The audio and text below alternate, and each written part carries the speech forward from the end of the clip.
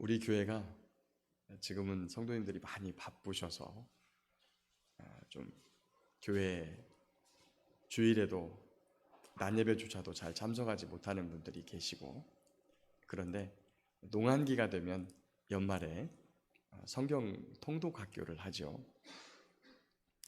올해도 하나님께서 은혜 주셔서 그 성경 통독 학교 할 수 있기를 간절히 바라고 소망합니다. 작년에 딱 그것까지 하고 코로나 걸려가지고 그 다음 새벽 기도도 못하고 이렇게 됐었어요. 성경학교를 시작할 때마다 맨 먼저 성경 개관을 설명해 주는 시간이 있어요. 해마다 합니다. 매번마다. 교회 학교 성경학교에서도 매번마다 이 성경 개관을 항상 설명을 해요. 기억하시는 분들이 있을 거예요. 자, 성경이란 무엇인가? 그때 제가 그 제목으로 4가지를 가르치는데, 성경이 뭐예요, 여러분? 성경이 뭐예요? 첫 번째, 말씀책이다. 말씀책. 누구 말씀이냐? 하나님 말씀이다. 근데 이 말씀을 가지고 찢어 발기는 사람들이 있어요. 그것도 예수님 안 믿는 사람들이 예전에 진시황제처럼 분석행유 책을 불태운다든지 그러면 모르니까 이해를 해요. 근데 누가 찢어 발기느냐? 성경을 안다고 하는 신학자들이 성경을 찢어 발겨요. 어떻게 발기느냐? 요건 하나님 말씀, 요거는 제자들이 갖다 붙인 거, 이거는 뒤에다 갖다 덧붙인 거. 그래서 요거는 믿을만하고 요거는 들을만하고 요거는 그냥 예로 든 얘기니까 빼고. 나중에 예수님께서 그러실 겁니다. 그 이름도 성경에 그 천국의 생명책에서 찢어버리고 얘는 아니고 얘는 빼고 얘는 묻어두고. 저와 여러분들은 주의 말씀에 한 글자라도 더하거나 빼미 없이 그 말씀을 그대로 하나님의 말씀으로 믿는 믿음이 있기를 축복합니다. 두 번째, 성경은 이야기책이에요. 세상 모든 책의 주인공이 사람인데 유독 세상에서 딱 하나만, 심지어 다른 종교 서적도 전부 다 사람이 주인공이에요. 사람이 주인공. 근데 이 세상에 오직 하나, 성경만 사람이 주인공이 아니에요. 겉으로 볼 땐 사람이 주인공인 것 같아요. 그래갖고 주인공이 여러 사람인 것처럼 느껴져요. 근데 놀랍게도 주인공은 딱 한 분이에요. 누굴까요? 예수님이 주인공이에요. 그리고 사람은요, 그냥 조연. 이야기책이니까 엑스트라도 존재하죠. 잠깐 다 왔다 사라지는 천사와 마귀가 엑스트라예요. 그리고 이 이야기책에 줄거리가 있어요. 줄거리가 뭐냐? 하나님께서 창조하신 세상 가운데 인간이 타락하고 그 인간을 구원하셔서 하나님 나라를 완성하시겠다고 하는 창조, 타락, 구원, 완성의 스토리가 있는 이야기예요. 마지막으로 이 이야기를 뒤에서 전부 다 주관하고 이렇게 저렇게 전부 다 말씀하시는 분이 계세요. 누굴까요? 하나님이세요. 이야기책. 그러니까 너무 힘들어하지 마세요. 성경책 가지고 이야기를 이해하고 읽으면 돼요. 이해하고 읽으면. 여러분, 토끼 이겨라, 거북이 이겨라. 누가 이겼어요? 거북이가 이겼죠. 그럼 거북이하고 토끼하고 달리면 거북이가 이기나요? 아니에요. 그렇게 생각하는 사람 없죠. 그 이야기가 주는 교훈이 있어요. 성경도 전체적인 흐름을 깨지 않고 거기에서 주는 이야기가 있어요. 저희에게. 그렇게 잘 이해해야 돼요. 세 번째, 약속책이에요. 성경이 딱 한 권인데 2권으로 나누면 구약과 신약으로 나눠요. 바이블을 2권으로 나누면 구약, 옛 언약, 신약, 새 언약이라는 뜻이에요. 죄로 죽어야 하는 인간을 구원하시겠다고 하는 하나님의 약속이 들어있는 책이 성경이에요. 그래서 성경은 약속책이에요. 마지막으로 우리에게 약속하신 그 구원자가 누구냐? 요한복음 5장 39절에 보니까 너희가 성경에서 영생을 얻는 줄 생각하고 성경을 연구하거니와 이것이 곧 내게 대하여, 예수님에 대하여 증언한 것이다. 이렇게 예수님께서 성경이 나를 증언하는 것이다 라고 직접 말씀해 주셨어요. 그래서 이 모든 인간이 구원받을 수 있는 기쁨의 소식이 담겨져 있는 이 성경이 복음책이다. 이렇게 제가 네 가지로 설명을 해요. 자, 그 중에 약속이라는 관점으로 성경을 보면 약속이 구약과 신약이 있는데 옛 약속, 새 약속이라는 뜻이에요. 그런데 이 안에 무슨 약속이 담겨 있냐면 죄로 죽어가는 인간을 구원하겠다고 하는 약속이 담겨져 있어요. 그래서 구약은 구원에 대한 약속이고 신약은 구원에 대한 성취의 약속이 담겨져 있어요. 그래서 거기에서 보면 여러 번 설명을 했는데 인간을 구원하기 위해서 하나님께서 세 가지를 약속하세요. 세 가지. 첫 번째 메시아 구원자에 대한 약속, 두 번째 성령에 대한 약속, 세 번째 하나님 나라 완성에 대한 약속. 이 세 가지가 성경에 돼 있어요. 구약에 돼 있고 구약에 약속된 메시아 그리스도가 예수님이다. 이거를 보여주는 책이 복음서예요. 복음서. 우리에게. 그리고 예수님을 통하여 성령님이 오신다. 사도행전 보면 그게 나와요. 그 다음에 예수님이 재림하시면 하나님의 나라가 완성된다. 이렇게 맨 마지막에 우리에게 보여주는 책이 요한계시록. 이렇게 우리에게 보여주고 계세요. 지금 우리가 복음서를 살펴보고 있는데 이 복음서가 구약에 약속된 메시아 그리스도가 바로 예수님이시다라고 하는 사실을 가장 명확하고 구체적으로 우리에게 설명해 주는 책이에요. 그래서 신약성경 첫 번에 보면 마태 복음, 마가 복음, 누가 복음, 요한 복음 이렇게 복음자가 붙어 있는 게 그런 이유 때문이에요. 그래서 예수님이 바로 그리스도시다. 예수님이 메시아시다. 이거를 줄여가지고 우리가 뭐라 그래요? 예수 그리스도 이렇게 그냥 불러요. 김상진 목사, 김상진 해도 되고 목사님 해도 돼요. 근데 김상진 목사가 뭐냐면 김상진은 이름이고 목사는 제 직분과 직임이에요. 예수 그리스도, 예수님이 그분의 이름이고 그리스도가 그분의 직분과 직임이에요. 이렇게 부르듯이. 또 한 가지 성경을 보면 계시라는 말이 있습니다. 계시가 뭐냐면 하나님께서 하나님 되심을 우리에게 알려주시는 것. 이걸 계시라 그래요. 그러니까 뭐 계시 받았다 그러면 뭐 특별한 걸 받은 게 아니라 하나님이 하나님 되심을 알게 되었다가 계시예요. 여러분 계시 받았어요? 안 받았어요?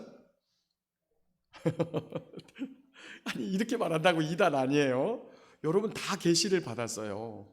하나님이 하나님 되심을 하나님께서 여러분에게 나타내 주신 것이 여러분의 마음을 어둠의 마음을 밝혀 주셔서 성령님께서 가르쳐 주신 거 이거를 특별히 좀 길게 말하면 성령의 조명하심인데 성령의 조명하심. 그런데 이거를 한마디로 말하면 계시예요. 하나님이 하나님 되심을 알게끔 우리에게 나타내 주신 것 이게 계시예요. 뭐 계시 받았다 이상한 꿈 꾸고 뭐 엉뚱한 목소리 들은 게 계시가 아니라 하나님이 하나님 되심을 알게 되었다라고 하는 게 계시예요. 왜 계시가 필요하냐면 창조주와 피조물 사이에는 너무나 큰 간극이 있어요. 여러분 강아지가 말을 안 들으면 여러분이 강아지가 되고 싶습니까? 그래서 개한테 야 너 그러면 안 돼 하고 혹시 가르쳐 주고 싶으세요? 여러분 개를 아무리 사랑한다고 해도 아무리 아이니가 이뻐도 그런 법은 없습니다. 그죠? 네, 그런 법은 없어요.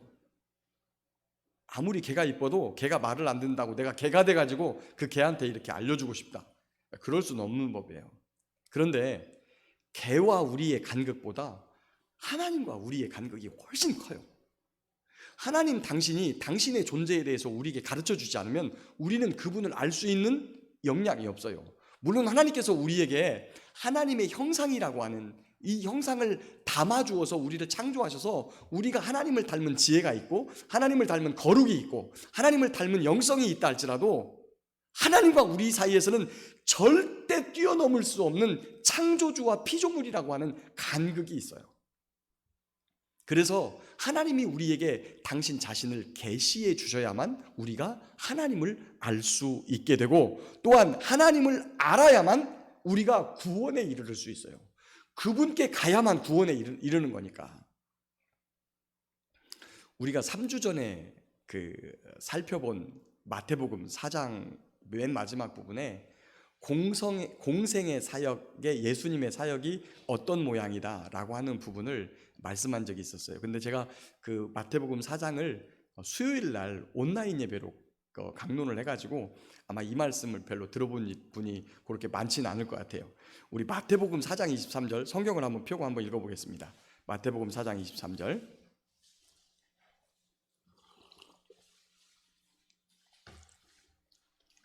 같이 읽겠습니다. 시작. 예수께서 온 갈릴리에 두루 다니사 그들의 회당에서 가르치시며 천국 복음을 전파하시며 백성 중에 모든 병과 모든 약한 것을 고치시니. 아멘. 자, 여기 보면 여기 한번 보세요. 여기 색깔을 좀 다르게 쓴 글자가 있어요. 가르치시며 전파하시며 고치신. 이것을 예수님의 3대 사역이라고 하는데, 왜 예수님께서 이런 일을 하셨냐면 당신이 하나님의 아들, 그 본질이 하나님인 것을 우리에게 알려주시기 위해서 하신 일이 가르치시고 전파하시고 고치신 일이에요. 예수님 당신이 그리스도이심을, 예수님 당신이 구원자이심을 우리로 알게 하시려고 하신 일이 가르치시고 전파하시고 고치신 일이에요. 그래서 이 3대 사역이 예수님의 계시의 활동이다. 저는 이제 그렇게 말씀드리고 싶습니다. 오늘부터 이제 오늘 살펴볼 이 8장과 9장의 말씀, 오늘 밤에 온라인 예배로 9장의 말씀까지 살펴볼 텐데요. 이 8장과 9장의 말씀은 예수님께서 하나님의 말씀을 백성들에게 가르치는 그 과정 가운데에서 찾아오는 병든 자, 귀신 들린 자, 약한 자 또는 장애를 가진 그런 장애우들을 바라보면서 그들을 불쌍히 여기시고 그들을 고쳐주시는 또 놀라운 능력을 행하시는 10가지의 놀라운 사건들을 기록하고 있습니다. 예수님 곁에 있는 백성들 또는 제자들이 예수님께서 하시는 말씀도 듣고 그분이 하시는 능력을 보면서 그분이 바로 우리에게 구원을 약속하신 그리스도이시고 이 땅을, 이 모든 것들을 창조하신 창조주라고 하는 사실을 믿게 되었지요. 그 사건들을 보면서 오늘 이 11시 예배에는 8장에 나타난 5가지의 사건을 바라보면서 예수님이 그리스도이시다는 사실을 깨닫고 그것을 믿고 살아가는 저와 여러분들 되시기를 예수님의 이름으로 축복합니다.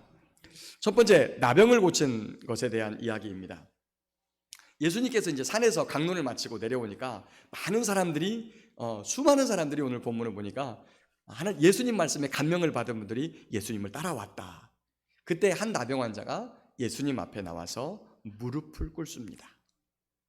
아까도 말씀드렸다시피 사람은요, 자기 자신이 스스로 나는 죄 많은 인생이어서 완전히 죽을 수밖에 없다, 이 사실을 깨닫는 사람이 없어요.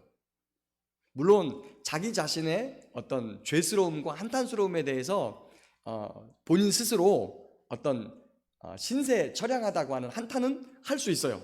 그러나 우리가 말하는 죄에서의 돌이킴이라고 하는 것은 하나님께서 해주시지 않으면, 하나님을 만나지 않고는, 우리가 말하는 천지를 창조하신 그분을 만나지 않고는 이 문제가 절대 해결되지 않아요.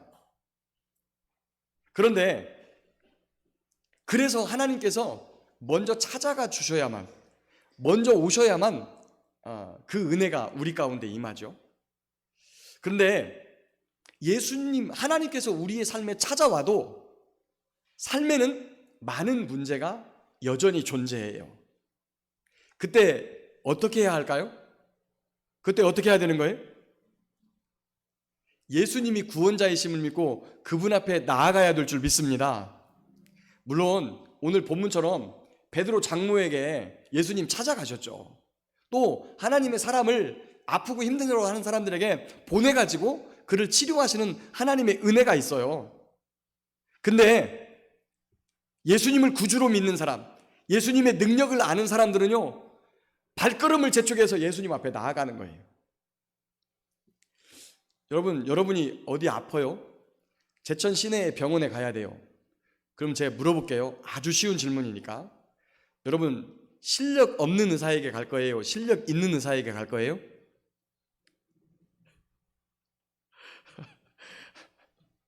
아, 여러분은 아무에게나 가시는군요. 며칠 전에 지금도 좀 문제가 되고 있는데 공공의대로 문제가 생기니까 저희 딸이 학교에서 막 의사가 부족하다는데 만들면 되지 막 그러니까 우리 딸이 당당하게 친구들한테 이렇게 말했다 그래요. 야, 너는 1등급 맞는 애들한테 네 몸을 맡길래? 아니면 4, 5등급 맞는 애들한테 네 몸을 맡길래?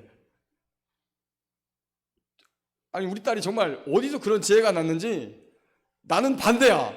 딱 그런 친구들한테. 그러니까 친구들이 맞다 그 말이. 여러분, 실력 없는 의사 누가 찾아갑니까? 아무도 안 찾아가죠. 왜냐하면 그는 믿을 수 없어요. 그에게 믿고 내 몸을 맡길 수 없어요.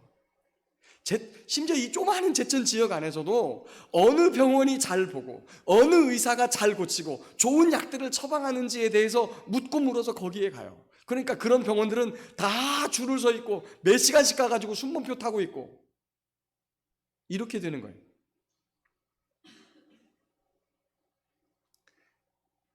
예수님이 구원자고 예수님이 능력자고 예수님이 생명의 근원이시라는 사실을 믿으면, 예수님께 가면 고쳐지고 예수님께 가면 회복된다고 하는 사실을 믿으면 어떻게 되냐? 예수님을 찾아가는 거예요. 예수님 앞에 나오는 거예요. 나병 환자가 엎드려서 예수님이 왕이신 것을, 그분이 구원자이신 것을 고백하는데 어떻게 고백하냐면, 주여 원하시면 저를 깨끗하게 하실 수 있습니다. 주님은 원하시기만 하면 저를 깨끗하게 하실 수 있습니다. 다 같이 한번 이 나병 환자처럼 한번 해볼까요?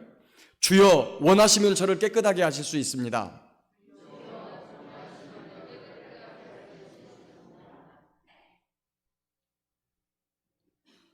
한 번 더 고백하는데 믿음으로 고백해 보겠습니다. 믿음으로.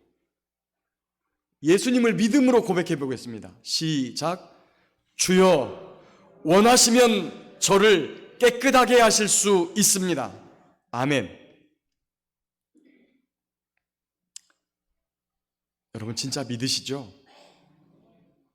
예수님이 나를 구원하실 수 있다는, 이 병에서 고쳐질 수 있다는, 내 삶을 송두리째 바꿔줄 수 있다고 하는 그 믿음이 있다면 어떡합니까? 예수님께 나가는 거죠. 나의 삶의 문제를 가지고, 나의 질병을 가지고, 자녀의 문제를 가지고, 변화되지 않는 나의 성품을 가지고 주님께 나아가는 거죠.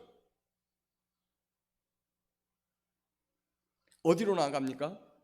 이렇게 예배당에 나올 때도 있고, 각자의 삶의 자리에서 아무도 보이지 않는 그곳에서도 주님 앞에 엎드려가지고 무릎 꿇고 엎드려서 하나님 나를 고쳐주십시오라고 주님께 간청할 수 있는 거죠. 그분 앞에 엎드려 그분이 나의 왕 되심을, 그분이 구원자이심을, 그분이 메시아이심을, 그리스도이심을 고백하면서 그분께 간구할 때에 그분의 놀라운 은혜가 임하는 줄 믿습니다. 내가 원하노니 깨끗함을 받으라. 할렐루야. 놀랍게도 이 본문이 무엇라고 말합니까? 즉시 그 자리에서 놀라운 변화가 생겼어요. 차츰차츰 나아가는 것도 아니고요, 그 자리에서 즉시 그 병이 나음을 얻었더라. 그런데 예수님께서 한 말씀 더 하십니다. 삼가 아무에게도 이러지 말고, 너 가가지고 아무에게도 아무 말 하지 말고 너 제사장한테 가가지고 네 몸 보이고 가서 모세가 명한 예물을 드려가지고 그들에게 입증해라. 이게 무슨 말일까? 레위기 14장에 보면 나병 환자에 대한 규례가 있습니다. 여러분, 당시의 나병은요, 지금도 나병 걸리면 지금도 굉장히 고치기 어렵습니다. 물론 극복은 됐어요. 고쳐지는데 시간이 굉장히 많이 걸려요. 그래가지고 그 후유증이 몸에 고스란히 남아있어요. 고쳐지긴 하는데, 당시에는 문둥병은 못 고치는 병이에요. 하늘이 내려준 병. 근데 놀랍게도 이 레위기 14장 보면 나병이 고쳐지면 이렇게 단서를 두고 나병에 대한, 나병 환자가 고침받았을 때 어떻게 하라고 하는 말씀이 있어요. 제가 이 레위기 14장을 여러분에게 강론할 때 그 말씀에 대해서 어떻게 강론을 했냐? 여러분 이 말씀이 뭘로 들리십니까? 그냥 어쩌다가 고쳐지면이라고 들리십니까? 아니면 하나님께서 고쳐주시겠다고 하는 말씀으로 들리십니까? 라고 제가 강조해서 말씀을 드렸어요. 그 하늘이 내려준 질병이라고 모두가 포기하고 있을 때 하나님께 간청하면 하나님이 고쳐주시겠다고 하는 약속인 것이거든요, 그게. 그러면 어떻게 해서 고쳐주시겠다는 거예요? 내가 너를 구원해 주겠다. 내가 너에게 구원자를 보내주시겠다고 하는 거예요. 다시 말하면 예수님이 너 레위기 14장에서 말한 대로 예물을 드리면서 제사장들에게 입증하라는 이야기는 바로 그 레위기 14장에서 약속하신 구원자가 바로 나다 라고 하는 것을 증거해라 라고 하는 그 말씀인 거예요. 이 말이. 예수님이 그리스도십니다. 예수님이 구원자이십니다. 예수님만이 메시아이십니다. 삶의 문제가 있을 때요, 크고 작은 문제가 있을 때, 질병, 문제, 관계, 뭐 할 것 없이 크고 작은 문제가 있을 때 그냥 체념하지 마시고 포기하지 마시고 그러려니 하고 살지 마시고, 내 성품이 변화되지 않고 내 죄가 끊어지지 않아도 그러려니 하고 살지 마시고 하나님께 나가서, 예수님께 나가서 그분 앞에 간구하여 그분께 도움을 얻고 그분의 고침을 받고 그분의 회복을 받고 그분의 치료를 받고 예수님이 그리스도이심을 증거하는 저와 여러분들 되시기를 예수님의 이름으로 축복합니다. 두 번째, 백부장의 고백이 나옵니다. 예수님께서 가버나움에 들어가셨어요. 이 가버나움은 예수님께서 공생애를 시작하면서 이사하신 곳이에요. 가버나움으로 이사를 하셔갖고 거기를 본부 삼아서 이제 계속 움직이시는 걸 봅니다. 근데 그때 그 가버나움으로 예수님이 사는 곳으로 백부장이 찾아왔어요. 이 본문에서 백부장이 누군지에 대해서 자세하게 설명하고 있지는 않지만 이 백부장은 로마의 군인입니다. 그러면 이방인이에요. 휘하에 부하 100명 정도를 지휘하는, 지금으로 말하면 중대장인데 인구 대비로 볼 때 당시 지금의 대대장급 정도 됩니다. 그 당시 때 인식이. 당시에는 군인들이 훨씬 큰 힘을 가지고 있었어요, 지금보다. 그런데 하인이 병들었어요. 그래서 예수님을 찾아와요. 예수님을 찾아온 많은 사람들이 있는데 다 무슨 문제냐면 본인 문제든지 본인의 자식 문제든지 본인의 가족 문제든지 대부분이에요. 대부분이. 근데 하인 문제로 찾아온 유일한 사람이 이분이에요. 이분이 예수님을 왜 찾아왔을까요? 예수님에 대한 소문을 들었을 수 있어요. 또 지휘관이니까 부하들에게 첩보를 받을 수도 있었어요. 예수님에 대한 정보를 들을 수도 있었어요. 근데 이 본문에서 말씀하는 믿음을 살펴보기 전에 본문에서 말씀하고 있지 않은 부분 한 가지를 좀 살펴봤으면 좋겠어요. 뭐 이런 부분은 안 나와요. 안 나오지만 제가 본문을 읽으면서 이 부분을 좀 한번 말씀을 드려보고 싶다 이런 생각이 들어서 합니다. 자, 당시에 하인은 주인의 뭡니까? 재산이에요. 놀랍게도 성경에서도 때려가지고 그날만 죽지 않으면 돼요. 그날만 죽지 않으면 뭐 죽어도 상관없어요. 그래서 너 죄를 짓거나 도망가면 죽여버려요. 그냥 때려가지고. 재산이 재산.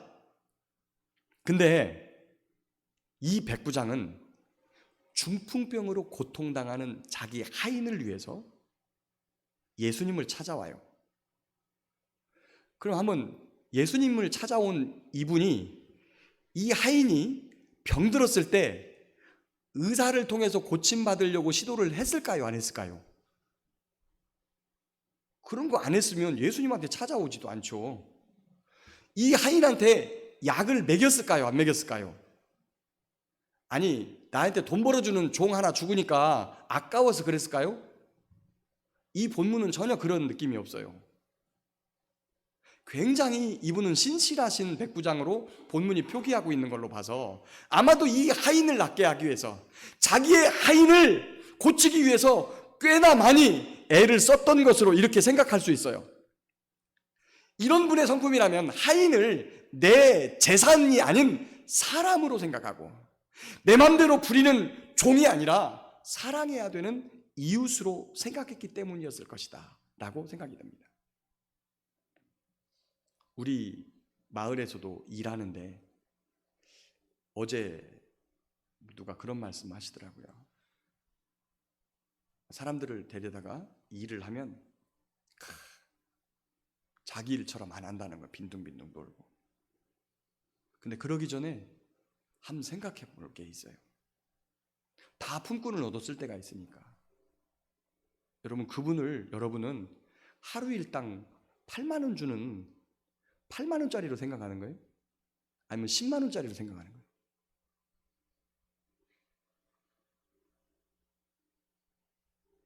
여러분, 그게 아니에요. 내가 꼭 필요해서 그분의 인력을 쓰긴 하지만 여러분 절대 그런 마음 가지면 안 돼요. 사람을 돈으로 생각하면 안 돼요. 우리 예수님께서는 우리를 어떻게 봅니까? 다른 복음서에 보면 빈둥빈둥 놀다가 아무 하는 일 없이 나중에 다 굶어 죽을 사람들인데 하나님께서 불쌍히 여기셔서 데려다가 일을 시키고 상급을 주려고 이렇게 하시는 분이거든요. 품꾼을 데려다 써도 8만 원짜리라고 절대 생각하면 안 돼요. 여러분, 사람을 데려다 쓰는 거예요. 사람. 하나님께서는 이 사람 때문에 어떻게 하셨어요? 독생자 예수님을 죽이기까지 하셨다는 거예요. 그걸 아는 저와 여러분들은 적어도 사람을 돈으로 생각하면 안 돼요. 돈으로 생각하면. 내가 돈을 주는데 저렇게밖에 일을 안 해? 여러분 악한 겁니다. 그렇게 하면. 그렇게 하려면 사람 쓰지 마세요. 그리스도인은 그렇게 사람 쓰면 죄 짓는 거예요. 죄 짓는 거. 저와 여러분은 사람으로 생각해요. 사람으로. 사랑할 대상으로. 저분이 그냥 하루 종일 놀고 가도 그냥 기쁜 마음으로 품삯 8만 원을 줄 수 있는 마음으로 그렇게 사람을 데려다 써야 돼요. 그럴 수 있기를 축복합니다. 아멘 하는 사람은 나는 그런 사람 일꾼으로 절대 데려다 쓰기 싫다 이거죠. 여러분, 사람이 많이 오는 집은 어떻게 돼요? 부자가 돼요. 직원 중에는 핑핑 도는 직원도 있고요, 열심히 일하는 직원도 있어요. 어쨌거나 2명 쓰는 집에 20명 들어가고 10명 쓰는 집에 100명 들어가기를 축복합니다. 이렇게 축복하니까 또 아멘 잘하시네. 그런데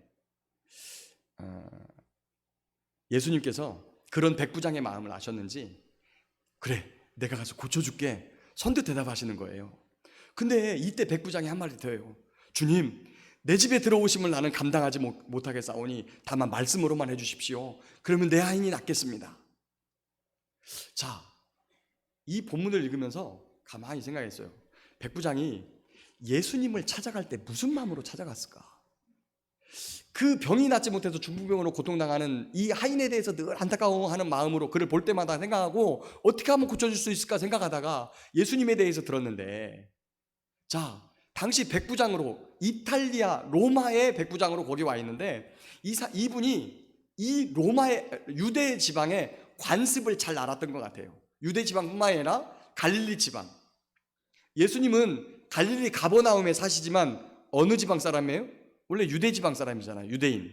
근데 유대인들이 이방인의 집에 들어가서 먹고 마시는 건 어떻게 되는 거예요? 부정하게 되는 거예요. 이 사실까지 이 백부장이 알고 있었다는 거예요.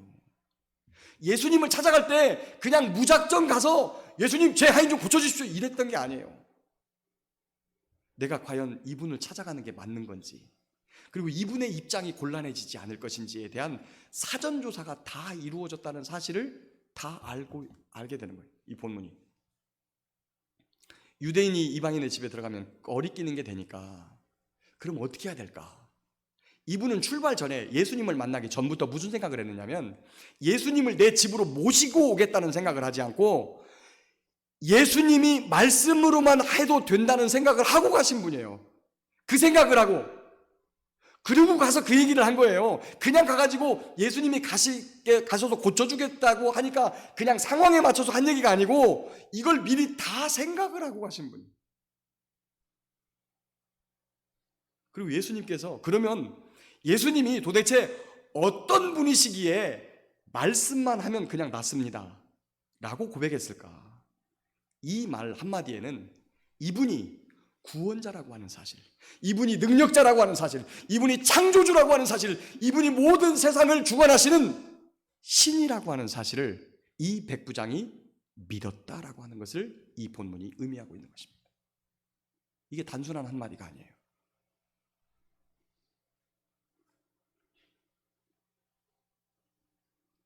그렇게 신이라고 해도 그런 전혀 손색이 없을 그분 앞에 가가지고 그렇게 고백한 겁니다. 그래서 말씀으로만 해주십시오. 그러면 제 아인이 나을 것입니다. 예수님 이때 이렇게 말씀하십니다. 가라, 내 믿은 대로 될지어다. 저와 여러분은 하나님을, 예수님을 어떤 분으로 인식하는 겁니까? 예수님이 창조주이시라는 것을 믿습니까? 예, 아멘 하신 분에게만 그 믿은 대로 될지어다. 예수님이 구원자이심을 믿습니까? 아멘 하신 분에게만 내 믿은 대로 될지어다. 그분의 명령과 그분의 말씀이라면 세상에 아무것도 없어도 그 말씀대로 될 것을 믿으십니까? 내 믿은 대로 될지어다. 예수님이 그리스도이심을 믿는다고 하는 고백은 바로 그 믿음을 의미하는 것입니다. 백부장과 같이 예수님을 하나님으로, 예수님을 창조자로, 예수님을 전능자로 믿어 그 믿은 대로 되는 저와 여러분 되시기를 예수님의 이름으로 축복합니다. 세 번째로 8장 14절 이하에 보면 연약한 것을 담당하신 예수님의 모습을 봅니다. 장모 집에 왔는데 장모가 누워 있어요. 손을 그냥 여기는 뭐 무슨 말씀을 했다는 얘기는 없어요. 그냥 가가지고 아마 긍휼과 자비로운 마음으로 얼마나 고단하고 힘드세요 하고 손을 만졌는데 열병이 떠나가 버렸어요. 그리고 밤에 베드로 집에 찾아온 귀신 들린 자, 또 병든 자들의 병을 고쳐주셨어요. 그리고 17절 말씀 보니까 이렇게 돼 있어요. 선지자 이사야를 통하여 하신 말씀에 우리의 연약한 것을 친히 담당하시고 병을 짊어지셨도다.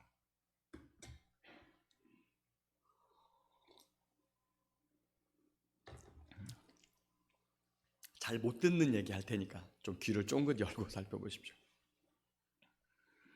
제가 집사 때부터 누군가를 위해 간절한 마음으로 기도하고 손을 만져주고 이러면 제가 처음 느낀 게 어떤 분 체했다 그래가지고 체해가지고 너무 괴로워하시는 거예요.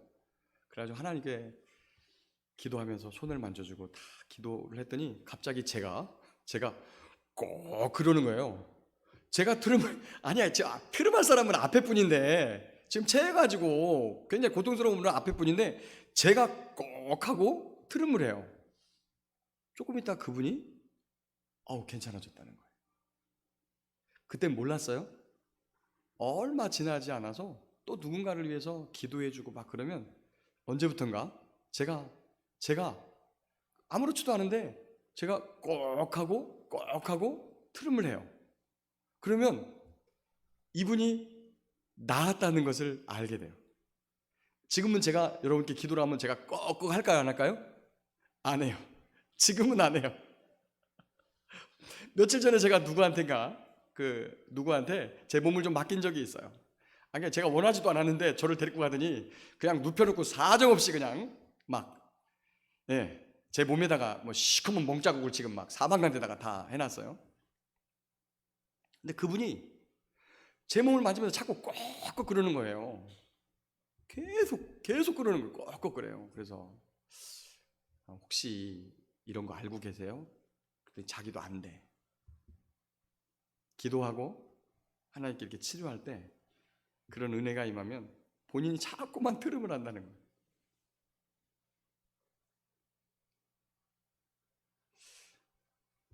여러분, 예수님 믿는 사람은요, 목사가 아니라 장로가 아니라 권사가 아니래도 집사가 아니래도 성도들이라도 하나님의 말씀을 믿고 붙들고 병든 자에게 손을 얹고 기도하면 나음이 있으리라는 이 말씀을 붙들고 기도하면 하나님의 놀라운 능력이 임하는 줄 믿습니다.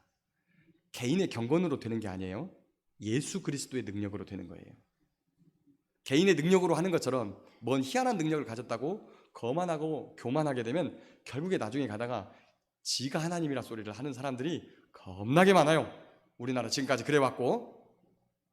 그러니까 누가 나서도 당신의 능력이나 당신의 경건으로 이루어지는 것이 아니라 하나님의 능력과 예수님의 능력으로 이루어지는 것을 믿으시기 바랍니다. 자, 그런데 우리가 무슨 희한한 능력을 가져서 그런 고침이 임하는 게 아니고요. 예수님이 오늘 본문에 보니까 우리의 연약한 것을 친히 담당하시고 병든 것을 짊어지셨다라고 하는 부분이 나와요. 이 무슨 말이냐면 예수님께서는 우리에게 영원한 생명을 주시려고 자신은 죽으셨어요. 우리에게 건강한 마음을 주시려고 자신은 머리에 가시면류관을 쓰셨어요. 특별히 여러분 마음의 병이 있고 힘드신 분들은 항상 예수님의 어디를 봐요? 가시면류관을 보세요.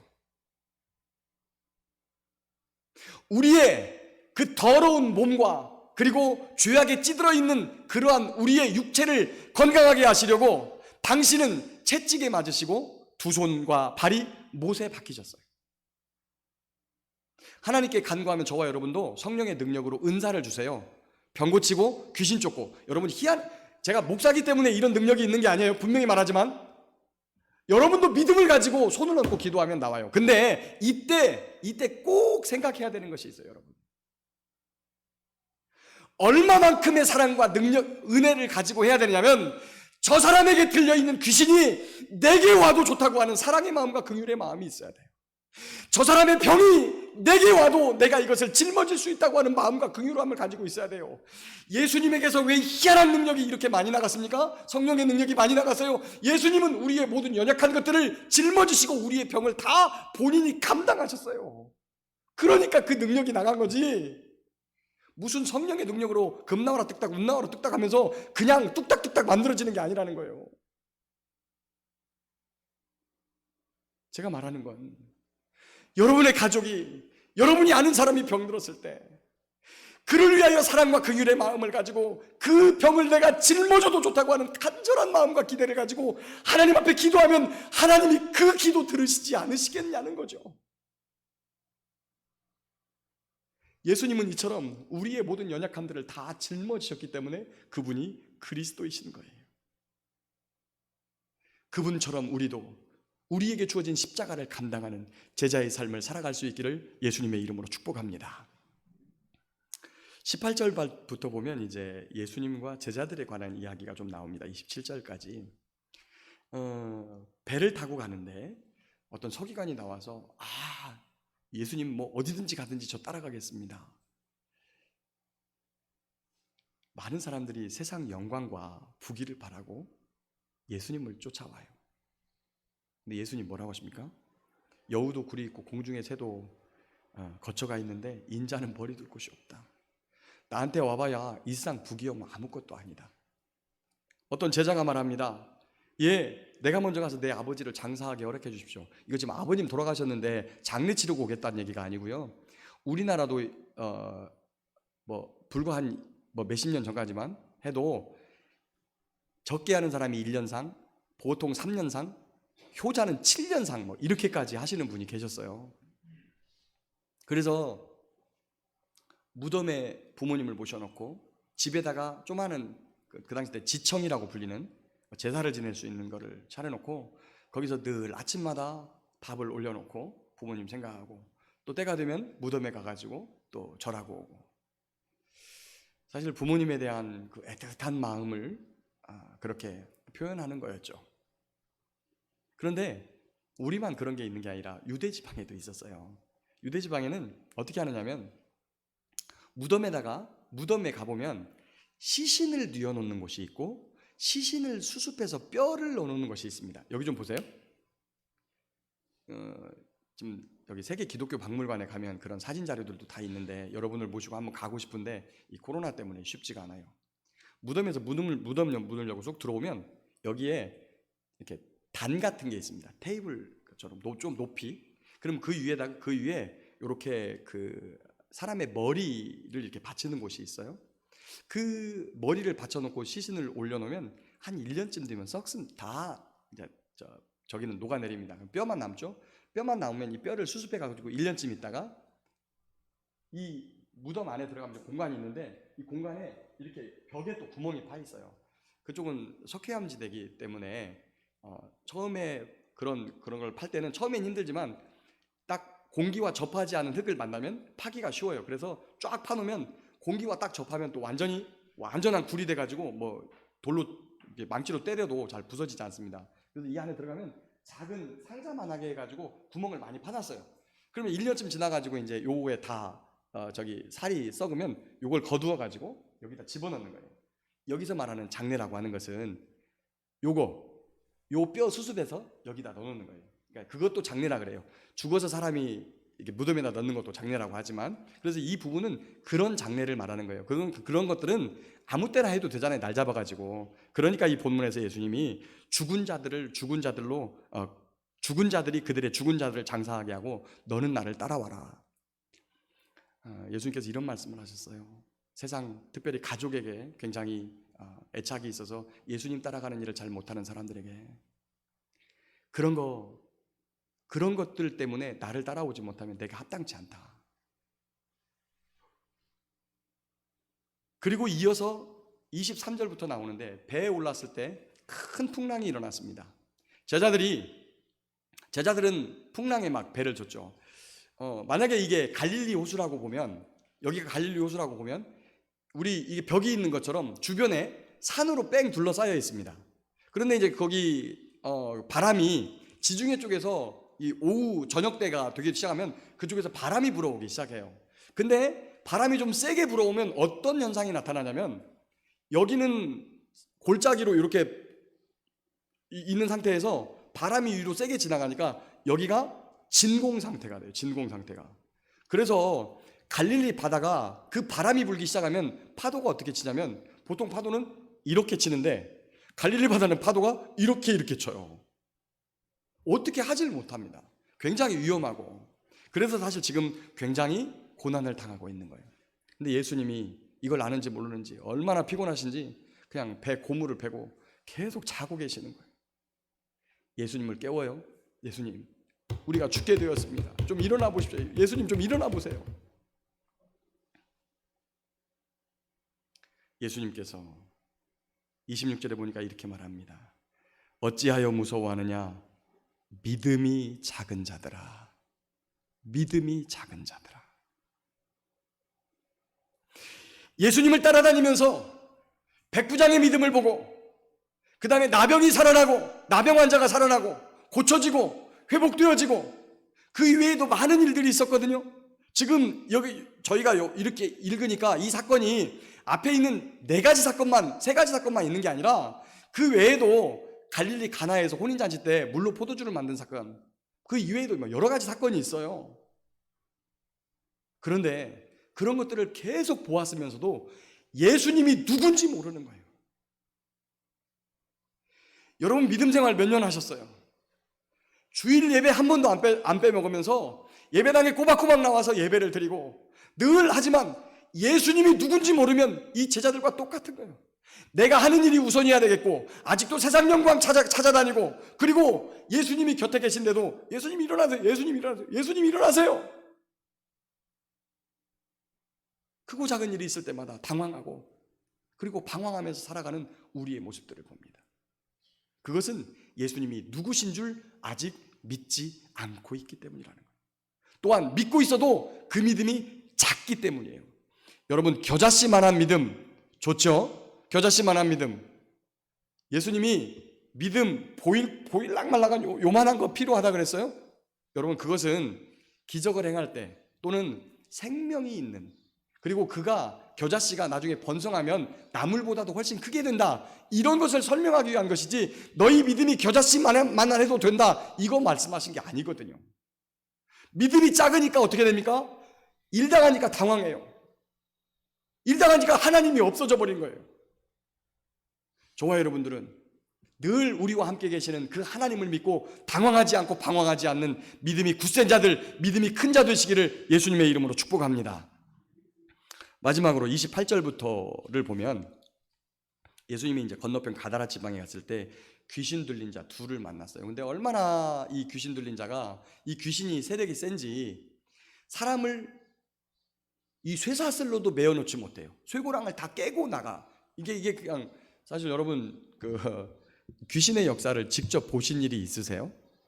여러분, 저는 말로만 들어가지고 잘 못 봤어요. 그런데 이제 실제로 그렇게 우리 사람들 사이에서 역사하는 귀신은 봤으나 귀신이 막 힘쓰고 뭐 대단한 능력을 행하고 이런 부분에 대해서 한 번도 보지를 못했어요. 이야기는 들었는데. 근데 이 귀신이 바로 그런 귀신인 거죠. 실제로 힘이 나타나고 막 이렇게. 사람들이 접근을 못해요. 예수님께서 이미 그 둘을 향해서 귀신아 나가라 명하셨어요. 이 부분은 그 전에 다른 이야기부터 하는 것으로 보이지만 귀신을 나가라고 이미 명령하셨어요. 그랬더니 뭐라고 말하느냐, 29절에 하나님의 아들이여 우리가 당신과 무슨 상관이 있나이까? 때가 이르기 전에 우리를 괴롭게 하려고 여기 오셨습니까? 야, 놀랍게도 제자들도 예수님에 대한 믿음, 하나님의 아들이신 예수님에 대한 믿음이 없었고 예수님 믿음 없다고 꾸중 듣고 있는 이때 귀신이 하나님의 아들이요 라고 고백해요. 야, 이거 얼마나 놀라운 믿음이에요? 그럼 믿음이 있으면 구원을 받아야 되겠네요. 귀신도. 성경에 어딜 봐도 귀신이 믿고서 구원을 받았다 하는 이야기가 한 곳도 없어요. 그러면 여기서 저와 여러분들이 믿음이란 게 무엇인지에 대해서 좀 생각해 봐야 되잖아요. 예수님이 누군지 아는 것, 이거는 귀신도예요. 귀신도. 예수님을 몰라도, 예수님을 안 믿는 사람도 예수님이 하나님의 아들이라는 것을 아는 사람이 있어요. 그러나 그것으로 인해서 구원받았던 얘기는 없다는 거죠. 저와 여러분이 예수님이 누군지 안다. 귀신도 안다는 거예요. 귀신도. 그러면 도대체 믿는다는 건 무엇인가? 믿는다는 건. 당신 도대체 여기 왜 왔습니까? 나 죽이려고 왔습니까? 아니, 나하고 우리하고 약속한 때가 있잖아요. 요 때는 언제입니까? 예수님께서 재림하셔서 완전히 악의 세력들을 물리치고 다시 그 세력들을 무저갱에다가 집어넣고 하나님의 나라가 오는 때, 그때까지는 활동을 허락받은 거예요. 그래서 돼지떼를 보면서 만일 우리를 쫓아보내시려면 돼지떼에 들여보내주소서 그랬더니 예수님께서 가라 그랬어요. 그래서 여기에는 안 나오는데 마가복음에는 나와요. 2,000마리나 되는 돼지떼가 몰살했어요. 귀신이 들어가서. 여러분 2,000마리 돼지떼면 얼마 정도 됩니까? 요즘 생돼지 얼마 정도 해요, 집사님? 40만 원. 그러면 2,000마리면 얼마인 거예요 도대체? 자, 2마리면 80만 원, 20마리면 800마리, 200마리면 8천만 원, 2,000마리면 8억이네. 8억. 호, 야, 예수님이 그 두 사람 낫게 하려고 8억을 그냥 바닷속에다 몰살시켜버렸어요. 8억을. 그랬더니 어떡합니까? 가다라 지방의 사람들이 전부 다 오더니 이 지방에서 나가라는 거예요. 귀신이 쫓겨나고 온전한 두 사람도 그 옆에 있었어요. 그런데 그들의 눈에는 뭐가 보인 거예요? 바닷속에 빠져 죽은 돼지 새끼가 보인 거예요.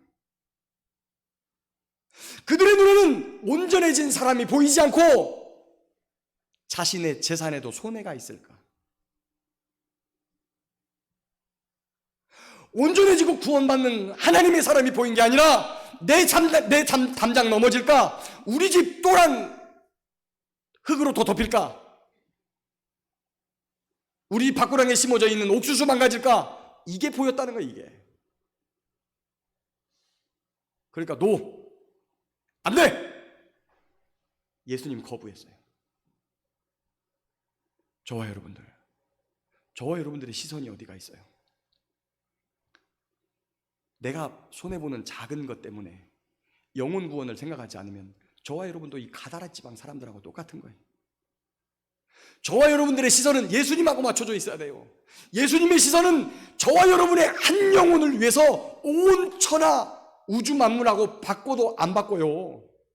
당신 생명하고 바꾼 사람들의 당신 생명하고. 근데 왜 우리는 아주 작은 것 때문에 이웃하고 다투고 싸워요. 아주 작은 것 때문에 왜 형제간하고 재산 다툼을 해요? 싸워요.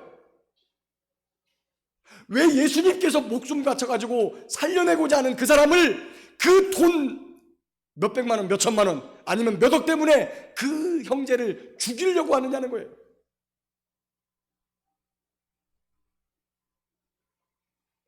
재산 때문에 예수님을 거부해버리는 거예요. 이게 가다라 지방 사람들이 그랬어요. 그러나 분명한 건 그 안에서 온 천하보다 한 영혼을 귀하게 여기시는 예수님의 은혜 때문에 귀신에서 노임받고 새 삶을 찾아 예수님을 그리스도로 고백하는 놀라운 이 두 영혼이 있다는 거예요. 그리고 그것을 바라본 옆에 있는 제자들도 예수님의 하나님 되심을 믿게 되었다는 사실이죠.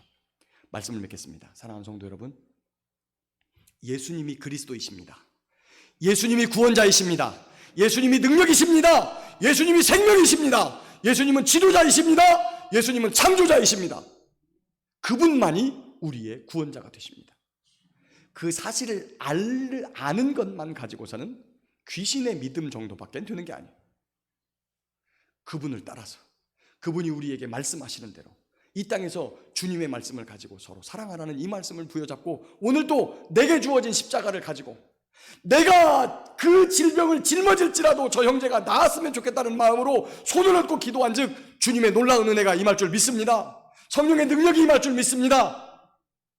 예수님을 그리스도로 삼고 똑같이 그 그리스도를 따라 쫓아가는 그리스도인 되시기를 예수님의 이름으로 축복합니다.